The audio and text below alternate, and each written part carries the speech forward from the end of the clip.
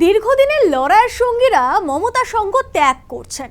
কেউ নাম লেখাচ্ছে বিদ্রোহী শিবিরে, কেউ বা আবার বিরোধী দলে। সব অভিযোগের তীরই এক ব্যক্তি এবং এক সংস্থার বিরুদ্ধে।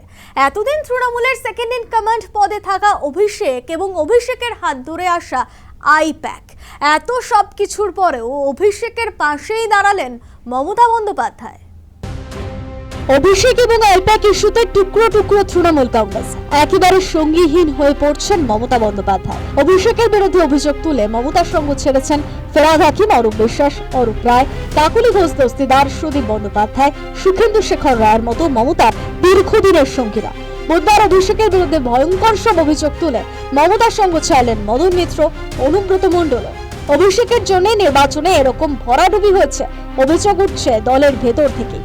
এরপরেই মমতার নির্দেশে তৃণমূলের সভায় উঠে দাঁড়িয়ে অভিষেককে অভিবাদন জানাতে বাধ্য হয়েছে দলের প্রবীণ নবীন সবাই।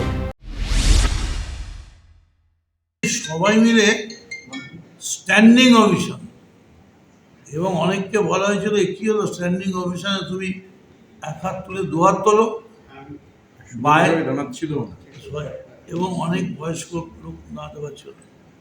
আমাকে এরকম টিটকিরিও শুনতে হয়েছে। আমরা শুনলাম স্ট্যান্ডিং ওভেশন নাকি দুপা তুলে দাঁড়াতে বলেছিল। তো আমি বললাম না, দুপা তুলে দাঁড়াতে বলেনি। তো ইডির থেকে ভয় ছিল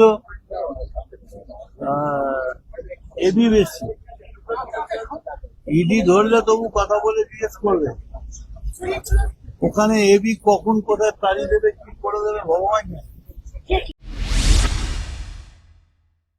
এত সব অভিযোগ কাছের লোকেদের এভাবে ছেড়ে চলে যাওয়ার পরেও নিজের অবস্থান থেকে সরলেন না মমতা বন্দ্যোপাধ্যায়। সব অভিযোগকে উড়িয়ে দিলেন বাহানা বলে। কার্যত অভিষেককে ক্লিন চিঠি দিলেন, বললেন অভিষেকের সব অন্যায় ক্ষমা হয়ে গেছে। আজকে আপনারা বলছেন বাহানা দেখিয়ে যে অভিষেক হচ্ছে আপনাদের আয়না, তাই আপনারা চলে যাচ্ছেন, এটা আপনাদের বাহানা।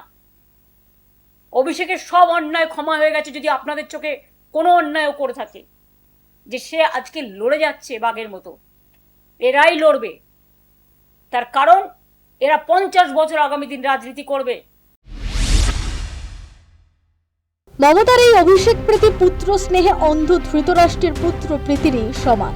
ধৃতরাষ্ট্র যেমন দুর্যোধনের কোনো অন্যায় দেখতে পেতেন না, মমতা বন্দ্যোপাধ্যায়েরও সেরকম অবস্থা হয়েছে। তাহলে কি মমতা বন্দ্যোপাধ্যায়ের কাছে দলের আগে অভিষেক বন্দ্যোপাধ্যায়? লোকে তাই বলছে। আপনি কি বলছেন?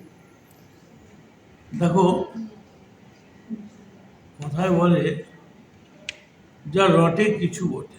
আবার ফোন করেছিল ইলেকশনে হারার পর, আলাম চোখে দেখো না কানে দেখো, তুমি আপনি বলেছেন আর সুধরে নাওগা।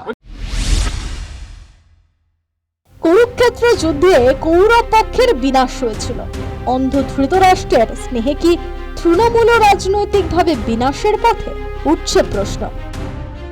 News time.